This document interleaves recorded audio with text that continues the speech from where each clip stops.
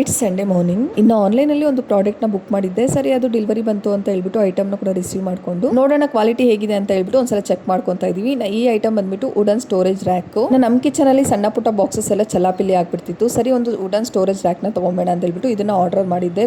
Quality ಅಂತೂ ತುಂಬಾನೇ ಚೆನ್ನಾಗಿದೆ. ಇನ್ನು ಇದು ಬಂದ್ಬಿಟ್ಟು ಈ ತರ ವುಡನ್ ಪೀಸಸ್ ನ ಕೊಟ್ಟಿರ್ತಾರೆ, ಮತ್ತೆ ಸ್ಕ್ರೂ ಕೊಟ್ಟಿರ್ತಾರೆ. ಅದನ್ನ ನಾವೇ ಫಿಕ್ಸ್ ಮಾಡ್ಕೋಬೇಕಾಗತ್ತೆ. ಆರಾಮಾಗಿ ಫಿಕ್ಸ್ ಮಾಡ್ಕೋಬಹುದು. ತುಂಬಾನೇ ಚೆನ್ನಾಗಿದೆ ಕ್ವಾಲಿಟಿ ಅಂತೂ.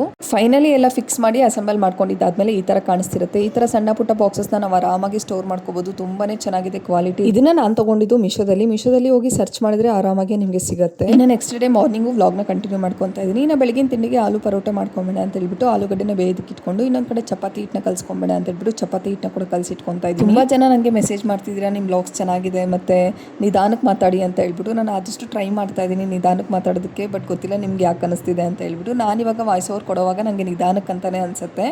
ಸೊ ನೋಡೋಣ, ಮೇ ಬಿ ಟ್ರೈ ಮಾಡ್ತೀನಿ ನಿಧಾನಕ್ಕೆ ಮಾತಾಡೋದಕ್ಕೆ. ಇನ್ನು ನಮ್ದು ಫ್ರಿಜ್ ಹಾಕೋ ಕೂಲಿಂಗೇ ಆಗ್ತಿರ್ಲಿಲ್ಲ. ತರಕಾರಿ ಎಲ್ಲ ಖಾಲಿ ಆಗಿತ್ತು. ಸರಿ, ಸಿಂಪಲ್ ಆಗಿ ಮಧ್ಯಾಹ್ನಕ್ಕೆ ಬೇಳೆ ಸಾಂಬಾರ್ ಮಾಡ್ಕೊಂಬೇಡ ಅಂತ ಹೇಳ್ಬಿಟ್ಟು ಒಂದ್ ಕಡೆ ಬೇಳೆನ ಬೇಯೋದಕ್ಕೆ ಇಟ್ಕೊಂಡಿದ್ದೀನಿ. ಇನ್ನು ಆಲೂಗಡ್ಡೆ ಕೂಡ ತುಂಬಾ ಚೆನ್ನಾಗಿ ಬೆಂದ್ಕೊಂಡಿತ್ತು. ಆಲೂಗಡ್ಡೆ ಈ ತರ ಚೆನ್ನಾಗಿ ಸ್ಮ್ಯಾಶ್ ಮಾಡ್ಕೊಂಡಿದ್ದಾದ್ಮೇಲೆ ಧನಿಯಾ ಪೌಡರ್, ರೆಡ್ ಚಿಲ್ಲಿ ಪೌಡರ್, ಸ್ವಲ್ಪ ಜೀರಾ ಪೌಡರ್, ಸ್ವಲ್ಪ ಚಾಟ್ ಮಸಾಲನ ಕೂಡ ಸೇರಿಸಿ, ಬಿಳಿ ಎಳ್ಳು, ಸ್ವಲ್ಪ ಅಜ್ವೈನ ಕೂಡ ಸೇರಿಸಿ, ನಂತರ ಸಣ್ಣಕ್ಕೆ ಹೆಚ್ಕೊಂಡಿರುವಂತ ಈರುಳ್ಳಿ ಕೊತ್ತಂಬರಿನ ಹಾಕಿ ಚೆನ್ನಾಗಿ ಮಿಕ್ಸ್ ಮಾಡಿ ಈ ತರ ಸ್ಟಫಿಂಗ್ ನ ರೆಡಿ ಮಾಡ್ಕೊಂಡು ಸೈಡ್ಗೆ ತಿಟ್ಕೊಂಡಿದ್ದೀನಿ. ಇನ್ನು ಸ್ವಲ್ಪ ಹಿಟ್ಟನ್ನ ತಗೊಂಡು ಅದನ್ನ ಈ ತರ ಲಟ್ಟಿಸ್ಕೊಂಡು ಅದ್ರೊಳಗಡೆ ಸ್ಟಫಿಂಗ್ ನ ಇಟ್ಬಿಟ್ಟು ನಾವು ಸೇಮ್ ಚಪಾತಿನ ಯಾವ ತರ ಲಟ್ಟಿಸ್ಕೊಂತೀವಿ ಸೇಮ್ ಅದೇ ತರ ಲಟ್ಟಿಸ್ಕೊಂಡು ಎರಡು ಕಡೆ ಗೋಲ್ಡನ್ ಕಲರ್ ಬರೋವರೆಗೂ ಚೆನ್ನಾಗಿ ಫ್ರೈ ಮಾಡ್ಕೊಂಡ್ಬಿಟ್ರೆ ಇನ್ನು ಆಲೂ ಪರೋಟ ತುಂಬಾ ಚೆನ್ನಾಗಿ ರೆಡಿ ಆಗಿರುತ್ತೆ. ನಾರ್ಮಲ್ ಆಗಿ ನಾವು ಚಪಾತಿನ ತಿಂತಾನೆ ಇರ್ತೀವಿ, ಬಟ್ ಈ ತರ ಒಂದ್ಸಲ ಆಲೂ ಪರೋಟನ ಟ್ರೈ ಮಾಡಿ ನೋಡಿ, ತುಂಬಾನೇ ರುಚಿಯಾಗಿರುತ್ತೆ. ಇದಕ್ಕೆ ಕಾಂಬಿನೇಷನ್ ಆಗಿ ಮೊಸರಿಗೆ ಒಂದು ಸ್ವಲ್ಪ ಸಕ್ಕರೆನ ಹಾಕೊಂಡು ತಿಂತಾ ಇದ್ರೆ ತುಂಬಾ ಚೆನ್ನಾಗಿರುತ್ತೆ. ಒಂದ್ಸಲ ಟ್ರೈ ಮಾಡಿ ನೋಡಿ. ಸೊ ಇದಾಗಿತ್ತು ಇವತ್ತಿನ ಮಿನಿ ಬ್ಲಾಗ್.